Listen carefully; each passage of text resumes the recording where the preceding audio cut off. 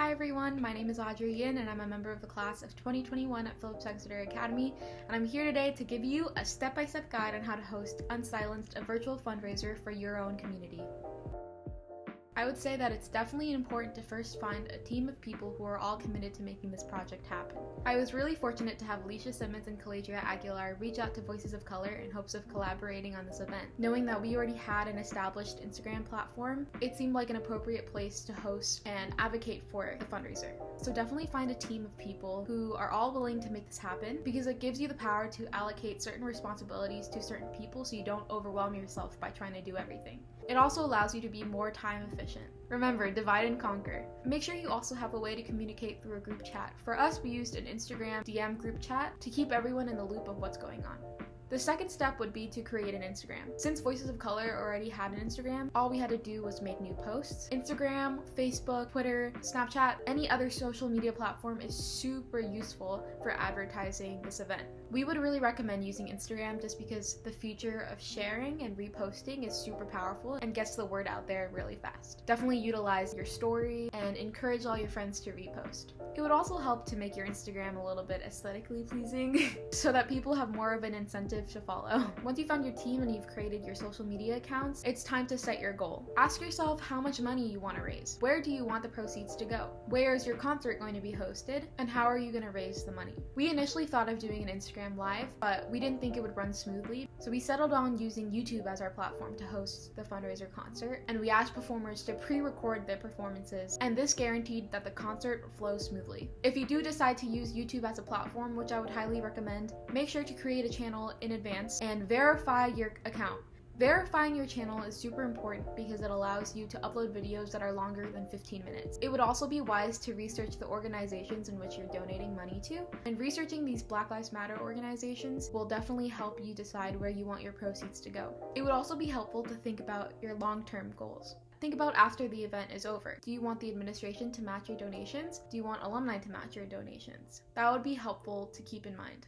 The last step in preparation is to decide on a date and a time. Caladria, Alicia, Aaron, and I organized this event in the span of 4 days. I must admit, I was a little nervous going into it as I wasn't sure if that was too ambitious, but we did pull it together. I believe that you can do it too. It is extremely doable, but you just have to commit to the project. Now comes more of the planning. The following are things you should do simultaneously. First is reaching out to performers as soon as possible and to as many performers as possible. Set a strict deadline for when your performers should turn in their videos, and make it clear to them that they are turning in videos of their performances and that it is not a live performance unless you choose to do a live performance. Be sure to highlight students of color, as this is a time to amplify their voices. Also, be sure to include various forms of art. You really want to consider your audience and their viewing experience, and this is something that I'm going to emphasize throughout this. You want to keep people entertained while watching, because that is how you're going to get people to stay and how you're going to get more people to come watch. You want the viewer to have an entertaining experience. I would really recommend performers to share the videos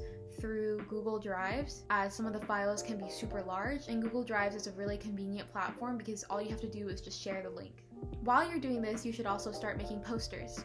Keep in mind that this is why having a team is useful, so that you can split these jobs. I made the posters through Pages, but you can use many different apps like PixArt or Photoshop to post all over social media. And make sure to include all the info. This means the name, Unsilenced, if that's what you wish to call it, what this event is, the date and time, and where you can access the performance. We started advertising this performance before we had the YouTube link. So on the posters, we announced it as link TBA, which means link to be announced. Be consistent with the information you put on all of your posters. Also, be consistent with your graphics so that your project is recognizable and distinctive. We did that through our color palette and also our font and clip art. Share through all your social media platforms. This means your personal accounts and also this project's accounts. Encourage people to repost, share, and like. Make sure on all of your posters that everyone has all the information they could ever need. That means also mentioning where the proceeds will be going to and how to donate. Be clear about your intentions. This will make your project a lot more reliable. While doing this, you should also set up your GoFundMe and your Venmo account,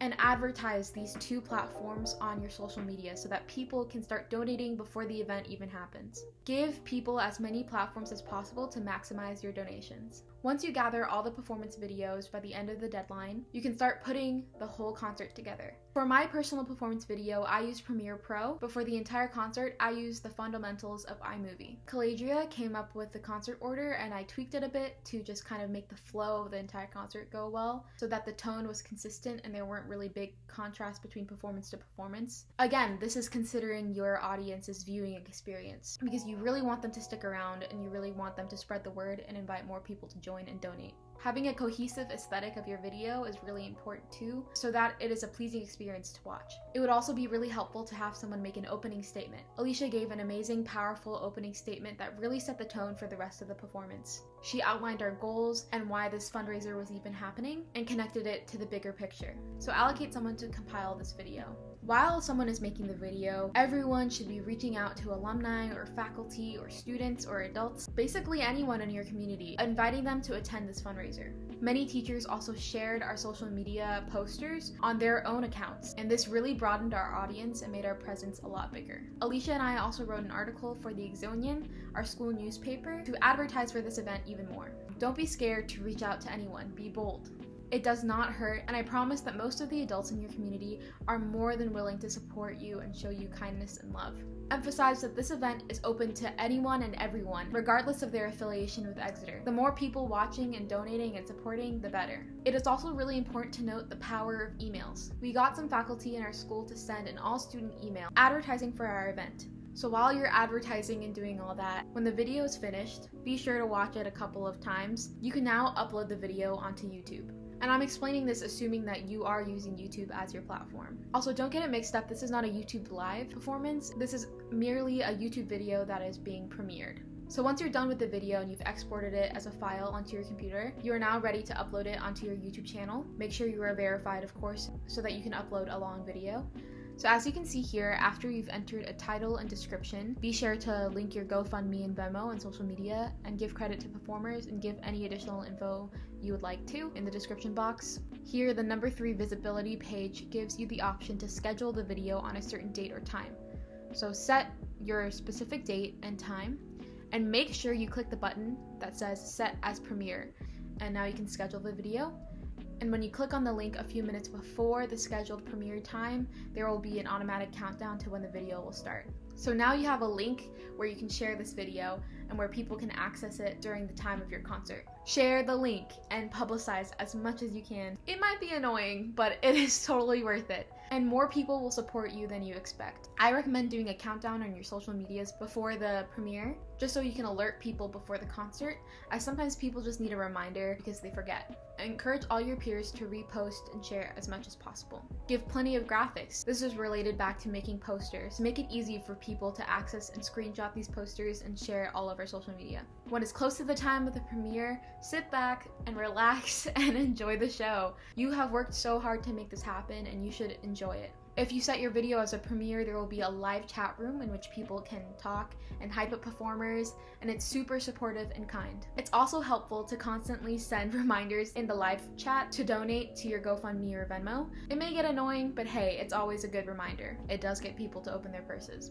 After the event has ended, thank all of your performers, organizers, and donors, because without them, this project wouldn't have been a success. The generosity, love, and kindness of people is super important here, so it would be great to appreciate them. The second thing you should do after the performance is celebrate. I personally cried, and then I put on this hat and went on Instagram Live and danced with Alicia.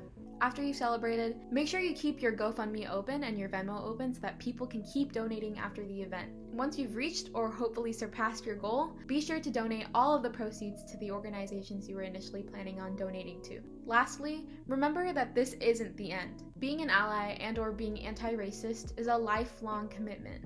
It doesn't just stop once we reach a certain amount of dollars. Keep having conversations, even if they're difficult or uncomfortable. Keep educating yourself every single day and reading and consuming. Keep signing petitions, keep donating, keep protesting, keep fighting the good fight. I hope your event is a success. I would love to come and support you all. Peace and have a good day.